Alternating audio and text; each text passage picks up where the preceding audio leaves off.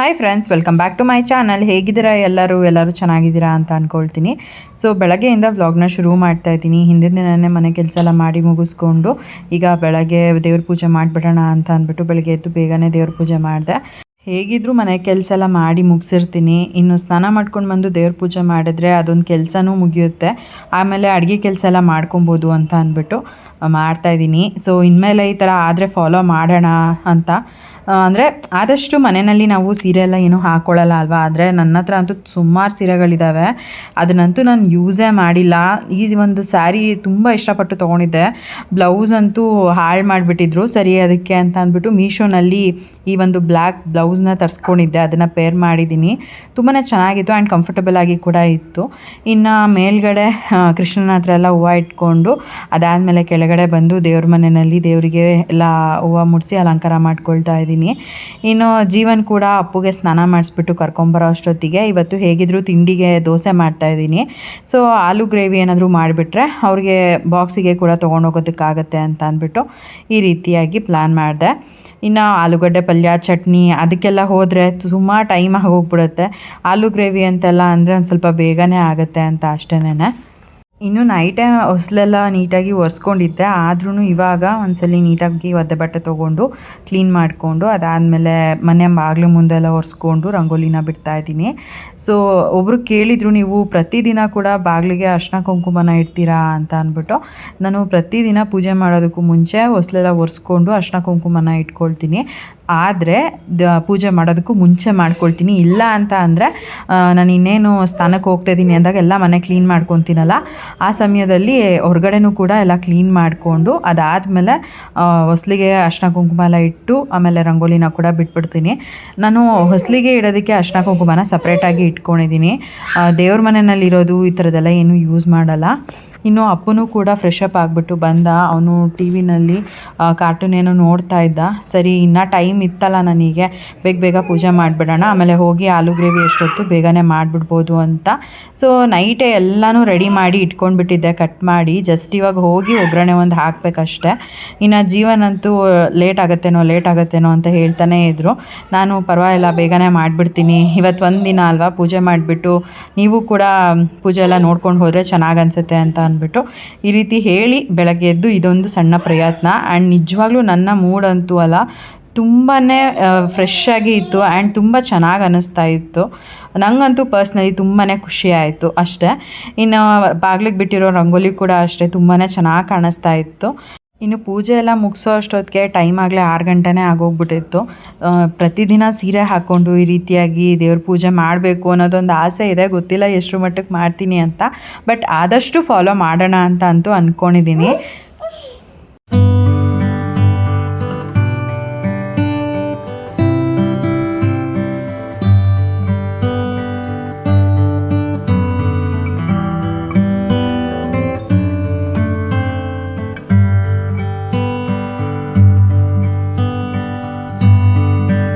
So ಈ ಒಂದು ಆಲೂ gravy recipe ಎಲ್ಲ ತುಂಬಾ ಟೇಸ್ಟಿಯಾಗಿ ಇತ್ತು. ನೆಕ್ಸ್ಟ್ ಟೈಮ್ ನಾನು ಯಾವಾಗಾದರೂ ರೆಸಿಪಿನ ಶೇರ್ ಮಾಡ್ಕೊಳ್ತೀನಿ.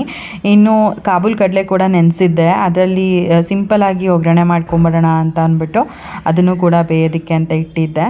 ಇನ್ನು ಇವಾಗ ಆಲೂ ಗ್ರೇವಿ ಅಂತೂ ಆಲ್ಮೋಸ್ಟ್ ಒಂದು 10 ನಿಮಿಷದಲ್ಲೆಲ್ಲ ರೆಡಿ ಆಗೋಯಿತು. ಇವಾಗ ಜೀವನ್ಗೆ ದೋಸೆ ಹಾಕಿ ಕೊಟ್ಟು ಅವ್ರಿಗೆ ಬಾಕ್ಸ್ ಎಲ್ಲ ಪ್ಯಾಕ್ ಮಾಡಿ ಕಳಿಸಿದ್ದು ಕೂಡ ಆಯಿತು ಆಫೀಸಿಗೆ. ಅವರು ಆಫೀಸಿಗೆ ಹೋದ ನಂತರ ಪಾಪನೂ ಕೂಡ ಎದ್ಲು.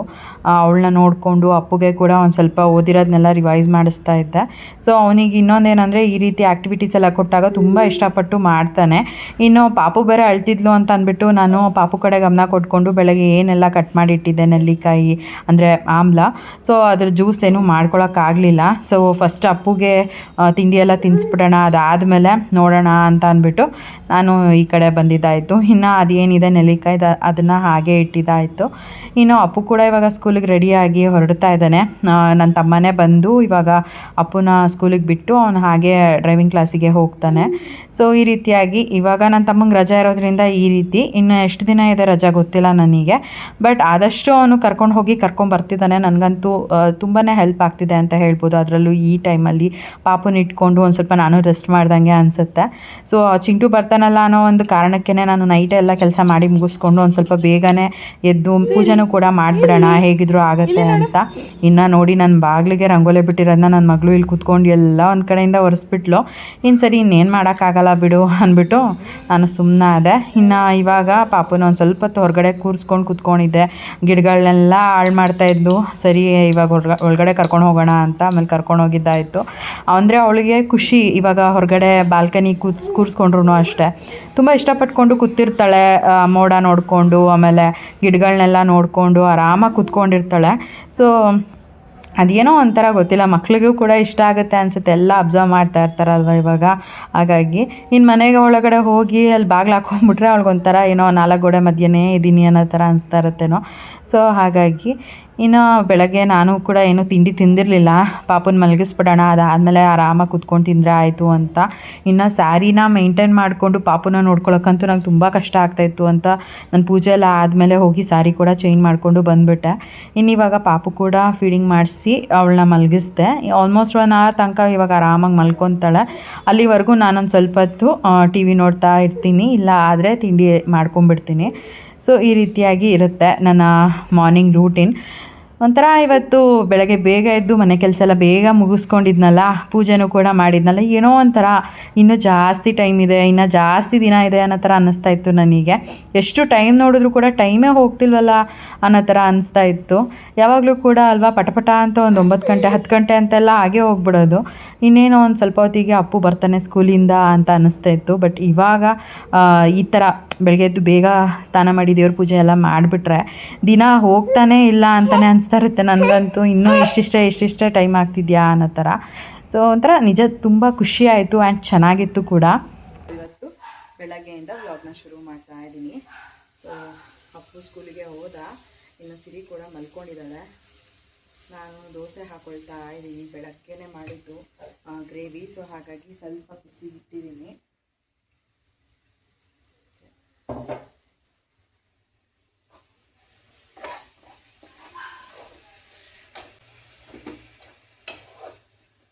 ಸಿರಿ ಮಲ್ಕೊಂಡಿದ್ದಾಳೆ. ಅವಳಿಗೆ ಇಲ್ಲಿ ಡೈರೆಕ್ಟ್ ಬಿಸಿಲು ಬೀಳುತ್ತಲ್ಲ ಅಂತ ಈ ರೀತಿಯಾಗಿ ಕವರ್ ಮಾಡಿಬಿಟ್ಟಿದ್ದೀನಿ. ಸೊ ದಟ್ ಆರಾಮಾಗಿ ಮಲ್ಕೊತಾಳೆ, ನಿದ್ದೆ ಕೂಡ ಮಾಡ್ತಾಳೆ. ಇನ್ನು ಅವಳು ಬೆಳಗ್ಗೆ ಎದ್ದಿದ್ದು ಮಲ್ಕೊಂಡಿರಲಿಲ್ಲ ಅಲ್ವಾ, ಅವಳ ಜೊತೆ ಟೈಮ್ ಸ್ಪೆಂಡ್ ಮಾಡ್ಕೊಂಡು ಇಷ್ಟೊತ್ತಾಗೋಯಿತು. ಇನ್ನು ನಾನು ಬೆಳಗ್ಗೆ ತಿಂಡಿ ಮಾಡ್ಕೊಂಬಿಡೋಣ ಅಂತ ಅಂದ್ಬಿಟ್ಟು ದೋಸೆ ಹಾಕಿದ್ದೀನಿ. ಹಾಗೆ ಗ್ರೇವಿ ಬೆಳಗ್ಗೆ ಮಾಡಿದ್ದು, ಹಾಗಾಗಿ ಬಿಸಿಗೆ ಇಟ್ಟಿದ್ದೀನಿ. ಅದು ರೆಡಿ ಆದಮೇಲೆ ತಿನ್ನಬೇಕು. ದೋಸೆ 1-2 ಹಾಕ್ಕೊತೀನಿ. ಇನ್ನು ಯೂಶ್ವಲಾಗಿ ಇವಾಗ ನಾನು ಬೆಳಗ್ಗೆ ಟೈಮು ನೆಲ್ಲಿಕಾಯಿ ಜ್ಯೂಸನ್ನ ಮಾಡ್ಕೊಂಡು ಕುಡಿತಾ ಇದ್ದೀನಿ. ಆಲ್ಮೋಸ್ಟ್ 1 ಮಂತಿಂದ ನೆಲ್ಲಿಕಾಯಿ ಜ್ಯೂಸನ್ನ ಎವ್ರಿ ಡೇ ಮಿಸ್ಸೇ ಮಾಡಲ್ಲ, ಕುಡಿತೀನಿ. ಇವತ್ತೇನಾಯಿತು ಅಂದರೆ ಪಾಪು ಬೇರೆ ಎದ್ದಿದ್ಲ, ಎಲ್ಲ ರೆಡಿ ಮಾಡಿ ಇಟ್ಟೆ. ಸರಿ ರುಬ್ಬಿಟ್ಟು ಜ್ಯೂಸ್ ಮಾಡ್ಕೊಳ್ಳೋಣ ಅಂತ. ಅಷ್ಟೊತ್ತಿಗೆ ಸಿರಿ ಕೂಡ ಅಳ್ತಿದ್ಲು. ಇನ್ನು ಅವಳ ಕಡೆ ಗಮನ ಕೊಟ್ಕೊಂಡು ಅವಳ ಜೊತೆ ಆಟ ಆಡಿಕೊಂಡು ನಾನು ಇದನ್ನು ಮರ್ತೇ ಬಿಟ್ಟೆ. ಟೈಮ್ ನೋಡಿದ್ರೆ ಆಗಲೇ 9 ಗಂಟೆ ಆಗೋಗ್ಬಿಟ್ಟಿದೆ. ಇನ್ನು ನನಗೆ ಸಿರಿ ಎದ್ದೇಳೋ ಅಷ್ಟೊತ್ತಿಗೆ ನಾನು ತಿಂಡಿ ತಿನ್ಕೊಂಡ್ಬಿಟ್ರೆ ಆಯಿತು. ಇಲ್ಲ ಅಂತಂದರೆ ತುಂಬಾ ಲೇಟಾಗಿ ಹೋಗ್ಬಿಡುತ್ತೆ. ಮತ್ತೆ ಆಮೇಲೆ ತಿಂಡಿ ತಿನ್ನಬೇಕು ಅಂತಂದರೆ 11 ಗಂಟೆ 11:15 ಹಂಗೆ ಆಗೋಗ್ಬಿಡುತ್ತೆ. ಸೊ ಹಾಗಾಗಿ ಅವಳು ಮಲಗಿದಾಗ ತಿನ್ಕೊಂಬಿಡೋಣ, ಇದು ಬೇಕಾದ್ರೆ ಪರವಾಗಿಲ್ಲ ತಿಂಡಿ ತಿಂದು ಒಂದು ಸ್ವಲ್ಪ ಹೊತ್ತು ಆದಮೇಲೆ ಜ್ಯೂಸ್ ಕುಡಿಯೋಣ ಅಂತ ಅಂದ್ಕೊಂಡು ಹಾಗೆ ಇಟ್ಟಿದ್ದೀನಿ. ಅದೇನೋ ಗೊತ್ತಿಲ್ಲ, ಬಿಸಿ ಬಿಸಿ ದೋಸೆ ಚಪಾತಿ ಇದೆಲ್ಲ ಯಾರಾದರೂ ಹಾಕೊಟ್ರೇ ಚೆಂದ ತಿನ್ನೋದಕ್ಕೆ. ಟೇಸ್ಟ್ ಕೂಡ ಚೆನ್ನಾಗಿರುತ್ತೆ ಬಿಸಿ ಬಿಸಿ ತಿಂದರೆ. ಆರೋಗ್ಯದ ತಿಂದಾಗ ಒಂಥರ ಏನೋ ಆ ಮಟ್ಟಿಗೆ ಟೇಸ್ಟ್ ಅನಿಸಲ್ಲ.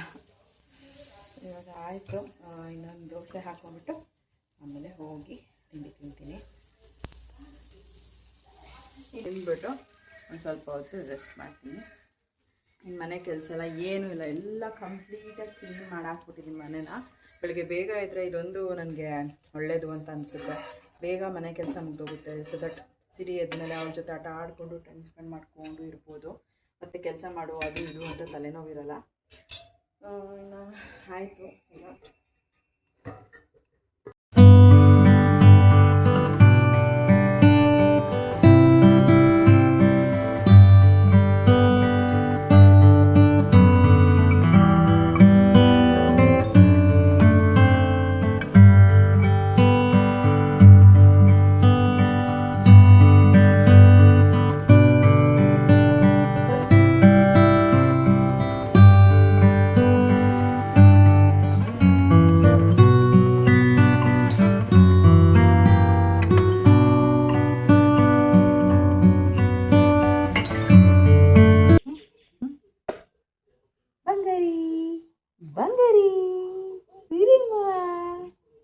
ಮಮ್ಮು ತಿಂದ ನೀನು?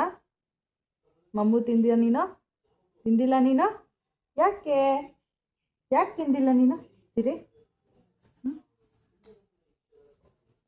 ಸಿರಿ ಮಲ್ಕೊಂಡಿದ್ಲು, ಇವಾಗ ಎದ್ದಿದ್ದಾಳೆ. ಟೈಮ್ ಆಲ್ರೆಡಿ 10 o'clock ಆಗಿದೆ. ಇವಾಗ ಪಾಪುಗೆ ಊಟ ಮಾಡಿಸ್ಬೇಕು. ಅವಳು ಮಲ್ಕೊಂಡಿದ್ದಾಗ ಬಿಟ್ಬಿಡ್ತೀನಿ ಆರಾಮಾಗಿ ಮಲ್ಕೊಳ್ಳಿ ಅಂತ, ಯಾಕಂದರೆ ಅವರಪ್ಪ ಈ ಒಂದು ಬಟ್ಟೆನ ಹಾಕಿದ್ದಾರೆ.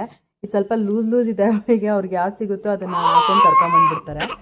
ಇನ್ನೊಂದು ಸ್ವಲ್ಪ ದೊಡ್ಡವಳಾಗಬೇಕು ಈ ಬಟ್ಟೆ ಹಾಕೋದಕ್ಕೆ. ಏನೊಂದು 2 ಸತಿ ಹಾಕಿದ್ದೀವೇನೋ ಅಷ್ಟೇ, ಬಟ್ ಸಖತ್ ಲೂಸ್ ಇದೆ ಇದು ಈ ಥರ.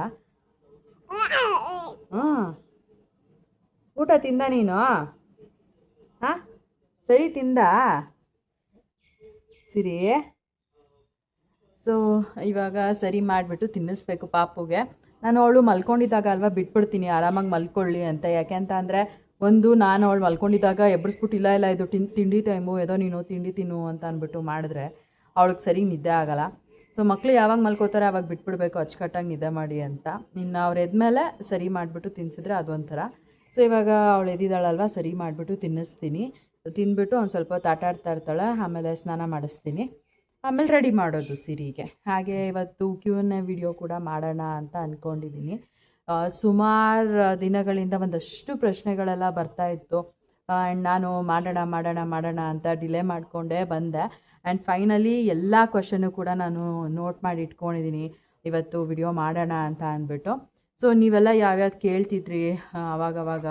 ಆ್ಯಂಡ್ ಒಂದಷ್ಟು ಸಿರಿ ಬಗ್ಗೆ ಆಗಿರ್ಬೋದು, ನನ್ನ ಪೋಸ್ಟ್ಮಾರ್ಟಮ್ ಜರ್ನಿ ಬಗ್ಗೆ ಆಗಿರ್ಬೋದು, ಬ್ರೆಸ್ಟ್ ಫೀಡಿಂಗ್ ಜರ್ನಿ ಬಗ್ಗೆ ಆಗಿರ್ಬೋದು, ಎಲ್ಲದ್ರ ಬಗ್ಗೆನೂ ನಾನು ಆನ್ಸರ್ ಮಾಡೋಣ ಅಂತ ಅಂದ್ಕೊಂಡು ಎಲ್ಲನೂ ರೆಡಿ ಮಾಡಿಕೊಂಡೆ. ಸೊ ಸಿರಿ ಮಲ್ಕೊಂಡಿದ್ಲಲ್ಲ, ಆವಾಗ ಇದೊಂದು ಕೆಲಸನ ಮಾಡಿಕೊಂಡೆ. ಇನ್ನೇನು ಮನೆ ಕೆಲಸ ಎಲ್ಲ ಮುಗ್ದಿದೆ. ಸರಿ ಇವತ್ತು ಆರಾಮಾಗೇ ಇದ್ದೀನಿ, ಇವತ್ತು ವಿಡಿಯೋ ಮಾಡ್ಕೊಂಬಿಡೋಣ ಅಂತ. ಏನು ಇವಾಗ ಹೋಗಿ ಸಿರಿಗೆ ಸರಿ ಮಾಡಿಬಿಟ್ಟು ತಿನ್ನಿಸ್ತೀನಿ. ಇದೊಂದು ಕೂದಲು ನೋಡ್ಬೋದು. ಸುಮಾರು ಜನ ಹೇಳ್ತಿರ್ತೀರ ಅವಳು ಜುಟ್ಟು ಹಾಕ್ದಾಗ ಟೈಟಾಗಿ ಹಾಕಬೇಡಿ ಅಂತ. ನೋಡಿ ಈ ಥರ ಬಿಟ್ಬಿಟ್ರೆ ಅವಳಿಗೆ ಫುಲ್ಲು ಹಿಂಗೆ ಬಂದುಬಿಟ್ಟಿರುತ್ತೆ, ಅವಳಿಗೂ ಒಂಥರ ಹಿಂಸೆ ಆಗ್ತಾ ಇರುತ್ತೆ ಅದು. ಸೊ ಹಾಗಾಗಿ ನಾನು ಬೇಡ ಅಂದ್ಬಿಟ್ಟು ಜುಟ್ಟು ಹಾಕೋದು. ನೋಡಿ ಈ ಥರ ಕಣ್ಮೇಲೆಲ್ಲ ಬರ್ತಾಯಿರುತ್ತೆ, ಅದು ಅವ್ರಿಗೂ ಹಿಂಸೆ, ಗೊತ್ತಾಗಲ್ಲ ಅವ್ರಿಗೆ. ಆವಾಗ ಈ ಥರ ಎಲ್ಲ ಎತ್ಬಿಟ್ಟು ಒಂದು ಕ್ಲಿಪ್ಪೇನ ಹಾಕೋಣ ಅಂದರೆ ಕ್ಲಿಪ್ನ ತೆಗ್ದ್ಬಿಟ್ಟು ಹಿಂಗೆ ಕೈಯಲ್ಲಿ ಇಟ್ಕೊಂಡು ಹಿಂಗೆ ಬಾಯಲ್ಲಿ ಚಿಕ್ತಾ ಇರ್ತಾಳೆ. ಸೊ ಅವೆಲ್ಲ ಸುಮ್ಮನೆ ಡಬಲ್ ಕೆಲಸ ಅಂದ್ಬಿಟ್ಟು ಇವತ್ತು ಏನೂ ಹಾಕಿಲ್ಲ, ಆರಾಮಾಗಿರಲಿ ಅಂತ. ಇವತ್ತು ಮೈ ಸ್ನಾನ, ತಲೆ ಸ್ನಾನ ಇಲ್ಲ, ಮೈ ಸ್ನಾನ ಮಾಡಿಸ್ಬೇಕು ಅಲ್ವಾ ಸಿರಿ? ಹಾಂ ಆಯಿತಾ? ನಿದ್ದೆ ಚೆನ್ನಾಗಾಯ್ತಾ? ಇವಾಗ ಪಾಪುಗೆ ಸರಿ ಮಾಡ್ಕೊಳ್ಳೋಣ ಅಂತ ಅಂದ್ಕೊಂಡು ಬಂದೆ. ಬೆಳಗ್ಗೆ ಒಂದು ಸ್ವಲ್ಪ ಇವತ್ತು ಲೇಟೇ ಆಯಿತು, 10 ಗಂಟೆ ಆಗಿತ್ತು ಟೈಮ್ ಆಲ್ರೆಡಿ. ಇನ್ನು ಪಾಪುಗೆ ಬೆಳಗ್ಗೆ ಹೊತ್ತು ಹೇಳೋಕ್ಕಾಗಲ್ಲ, ಒಂದೊಂದು ಸತಿ ಏನಾದರೂ ಸೌಂಡ್ ಆದರೆ ಎದ್ಬಿಡ್ತಾಳೆ. ಈಗ ನಾನು ಅಡುಗೆ ಮನೆಯಲ್ಲಿ ಏನೋ ಕೆಲಸ ಮಾಡೋವಾಗ ಮಿಕ್ಸಿ ಎಲ್ಲ ಆನ್ ಮಾಡ್ತಾ ಇರ್ತೀನಿ, ಆ ಒಂದು ಸೌಂಡಿಗೆ ಎದ್ಬಿಡ್ತಾಳೆ. ಆವಾಗ ಮತ್ತೆ ಮಲಗ್ಸೋಕ್ಕೆ ನನಗೂ ಕೂಡ ಆಗಲ್ಲ, ನಾನು ಅಡುಗೆ ಕೆಲಸದಲ್ಲಿ ಬ್ಯುಸಿ ಇರ್ತೀನಿ, ಜೀವನ್ ರೆಡಿ ಆಗೋದ್ರಲ್ಲಿ ಬ್ಯುಸಿ ಇರ್ತಾರೆ. ಸೊ ಹಾಗಾಗಿ ಸರಿ ಬಿಡು ಅಂತ ಆಟಾಡಿಕೊಂಡು ಎದ್ಬಿಡ್ತಾಳೆ. ಇವಾಗ ಮಲ್ಕೊಂಡಿದ್ಲಲ್ಲ ಹೇಗಿದ್ರು, ಇನ್ನೂ ಒಂದು ಸ್ವಲ್ಪ ಇವತ್ತು ಲೇಟೇ ಆಯಿತು. ಇವಾಗ ಸರಿ ಮಾಡ್ಕೊಂಬಿಡೋಣ ಅಂತ ಅಂದ್ಕೊಂಡು ಮಾಡ್ಕೊತಾ ಇದ್ದೆ. ರಾಗಿ ಸರಿ ಹೇಗೆ ಮಾಡ್ಕೊಳ್ತೀರಾ ಅದನ್ನ ಶೇರ್ ಮಾಡ್ಕೊಳ್ಳಿ ಅಂತ ಕೇಳ್ತಾ ಇದ್ರಿ. ಇನ್ನೊಂದು ಸ್ವಲ್ಪ ಇದೆ, ನೆಕ್ಸ್ಟ್ ನಾನು ಯಾವಾಗ ಮಾಡ್ಕೊಳ್ತೀನಿ ಅಲ್ಲ ಆವಾಗ ನಾನು ನಿಮ್ಮ ಜೊತೆ ಶೇರ್ ಮಾಡ್ಕೊಳ್ತೀನಿ ಯಾವ ಥರ ನಾನು ರಾಗಿ ಸಿರಿಂಗ್ ಮಾಡ್ಕೊಳ್ತಾ ಇದ್ದೀನಿ ಅಂತ ಅಂದ್ಬಿಟ್ಟು. ಆ್ಯಂಡ್ ಅದು ತುಂಬ ಚೆನ್ನಾಗಿರುತ್ತೆ, ಟೇಸ್ಟ್ ಕೂಡ. ನಮಗೂ ಒಂದೊಂದ್ಸಲಿ ಲಾಸ್ಟಲ್ಲಿ ಅವಳು 1 or 2 ಸ್ಪೂನ್ ಏನೋ ಉಳಿದಿದ್ರೆ ಅದನ್ನು ನಾನು ಒಂದೊಂದ್ಸಲಿ ತಿಂತೀನಿ ಇಷ್ಟಪಟ್ಟು. ಟೇಸ್ಟ್ ತುಂಬ ಚೆನ್ನಾಗಿರುತ್ತೆ ಆ್ಯಂಡ್ ಮಕ್ಕಳು ಕೂಡ ತುಂಬ ಇಷ್ಟಪಟ್ಟೆ ತಿಂತಾರೆ. ಆ್ಯಂಡ್ ಲಾಸ್ಟ್ ಒಂದು ವ್ಲಾಗಲ್ಲಿ ಒಬ್ಬರು ಕೇಳಿದರು ಪಾಪುಗೆ ಸರಿ ತಿನ್ನಿಸುವಾಗ ಅವಳು ಅಳೋದಿಲ್ವಾ ಅಂತ. ಸೊ ಅವಳಿಗೆ ತುಂಬ ಹೊಟ್ಟೆ ತುಂಬಿದೆ ಅನ್ನೋ ಥರ ಇರುತ್ತೆ ಅಲ್ವಾ. ಸೊ ಅಂಥ ಟೈಮಲ್ಲಿ ನಾವೇನಾದ್ರು ಫೋರ್ಸ್ಫುಲಿ ತಿನ್ಸೋದಕ್ಕೆ ಹೋದರೆ ಅಳ್ತಾಳೆ. ಅದನ್ನು ಬಿಟ್ಟರೆ ಅವಳು ತುಂಬ ಇಷ್ಟಪಟ್ಟೆ ಸರಿನಾ ತಿಂತಾಳೆ, ಆ ಥರ ಏನೂ ಅಳೋದು ಆ ಥರದ್ದೆಲ್ಲ ಏನಿಲ್ಲ. ಇನ್ನು ಇವಾಗ ಸರಿ ಕೂಡ ರೆಡಿ ಆಗ್ತಾಯಿದೆ. ತುಪ್ಪ ಯೂಸ್ ಮಾಡ್ತೀರಾ ಅಂತಲೂ ಕೂಡ ಕೇಳ್ತಾ ಇದ್ರಿ. ಖಂಡಿತ ತುಪ್ಪನ ಯೂಸ್ ಮಾಡ್ತೀನಿ. ನಾನು ಮನೆಯಲ್ಲೇ ಏನು ತುಪ್ಪ ಮಾಡ್ಕೊತೀನಿ ಅದನ್ನೇ ಸಿರಿಗೆ ಅಂತ ಯೂಸ್ ಮಾಡೋದು, ಹೊರಗಡೆಯಿಂದ ಏನೂ ತೊಗೊಂಬರೋದಿಲ್ಲ. ಸೊ ಮನೆಯಲ್ಲಿ ಏನು ಮಾಡಿರ್ತೀನಿ ಅದೇ ಸಾಕಾಗುತ್ತೆ. ಇವಾಗ ಸಿರಿಗೆ ಸರಿನ ತಿನ್ನಿಸ್ತಾ ಇದ್ದೀನಿ. ಸ್ವಲ್ಪ ಬಿಸಿ ಇತ್ತಲ್ಲ ಉರ್ಪಿ, ಒಂದು ಸ್ವಲ್ಪ ತಣ್ಣಗಾದ್ಮೇಲೆ ನೋಡಿಕೊಂಡು ತಿನ್ನಿಸ್ತೀನಿ. ಬಿಸಿ ಇದ್ದಾಗ ತಿನ್ಸೋಕ್ಕೆ ನನಗೂ ಕೂಡ ಒಂಥರ ಆರಿದೆಯೋ ಇಲ್ವೋ ಏನೋ ಅಂತ. ಸ್ವಲ್ಪ ಬೆಚ್ಚಗಾಗಿದ್ರೂ ಕೂಡ ನಾನು ಸ್ವಲ್ಪ ಆರಿಸ್ಬಿಟ್ಟೆ ತಿನ್ನಿಸೋದು. ಆ್ಯಂಡ್ ಅವಳು ನಾನು ಮಾತಾಡೋದನ್ನು, ನಾನು ಏನಾದರೂ ಹೇಳೋದನ್ನೆಲ್ಲ ಕೇಳಿಸ್ಕೊಂಡು ತಿಂತಾ ಇರ್ತಾಳೆ. ಒಟ್ಟು ಉಲ್ಟಾ ಅವಳನ್ನ ಅಂದರೆ ಕಾಲ ಮೇಲೆ ಮಲಗಿಸ್ಕೊಂಡು ತಿನ್ಸಿದ್ರೆ ಅವಳು ಒಂದೊಂದು ಸತಿ ತಿನ್ನಲ್ಲ, ಅಳ್ತಾಳೆ. ಸೊ ಹಾಗಾಗಿ ಅವಳಿಗೆ ಫೇಸ್ ಟು ಫೇಸ್ ಈ ರೀತಿಯಾಗಿ ಮಲಗಿಸ್ಕೊಂಡು ಅವಳನ್ನ ತಿನ್ಸಿದ್ರೆ ಬೇಗನೆ ತಿನ್ಕೊಂಡ್ಬಿಡ್ತಾಳೆ. ಸೊ ಇವತ್ತಿನ ಈ ಒಂದು ಪುಟಾಣಿ ವ್ಲಾಗ್ನ ನಿಮ್ಮ ಜೊತೆ ಶೇರ್ ಮಾಡ್ಕೊಂಡಿದ್ದೀನಿ. ಬೆಳಗ್ಗೆಯಿಂದ ಎಷ್ಟಾಗುತ್ತೋ ಅಷ್ಟು ಕ್ಯಾಪ್ಚರ್ ಮಾಡಿಕೊಂಡೆ. ಐ ಹೋಪ್ ಇವತ್ತಿನ ಈ ಒಂದು ವಿಡಿಯೋ ನಿಮ್ಗೆ ಇಷ್ಟ ಆಗಿದೆ ಅಂತ ಅಂದ್ಕೊಳ್ತೀನಿ. ಇವತ್ತಿನ ಈ ಒಂದು ವಿಡಿಯೋ ನಿಮ್ಗೆ ಇಷ್ಟ ಆಗಿದ್ದರೆ ಲೈಕ್ ಮಾಡಿ, ಕಮೆಂಟ್ ಮಾಡಿ, ಶೇರ್ ಮಾಡಿ. ಇನ್ನೂ ಯಾರು ನನ್ನ ಯೂಟ್ಯೂಬ್ ಚಾನಲ್ನ ಸಬ್ಸ್ಕ್ರೈಬ್ ಮಾಡ್ಕೊಳ್ದೆಲ್ಲ ನೋಡ್ತಾ ಇದ್ದೀರಾ, ದಯವಿಟ್ಟು ನನ್ನ ಯೂಟ್ಯೂಬ್ ಚಾನಲ್ನ ಸಬ್ಸ್ಕ್ರೈಬ್ ಮಾಡಿಕೊಂಡು ನೋಡಿ. ಬ್ಯಾಕ್ಗ್ರೌಂಡಲ್ಲಿ ಸಿರಿ ವಾಯ್ಸ್ ಬರ್ತಾ ಇದೆ, ಬಟ್ ಪಾಪನ ಮಲಗಿಸಿ ನನಗೆ ವಾಯ್ಸ್ ಓವರ್ ಕೊಡಬೇಕು ಅಂದರೆ ತುಂಬ ಲೇಟಾಗಿ ಹೋಗ್ಬಿಡುತ್ತೆ. ಹಾಗಾಗಿ ವಾಯ್ಸ್ ಓವರ್ ಕೊಡ್ತಾ ಇದ್ದೀನಿ. Thanks for watching. ಬಾಯ್.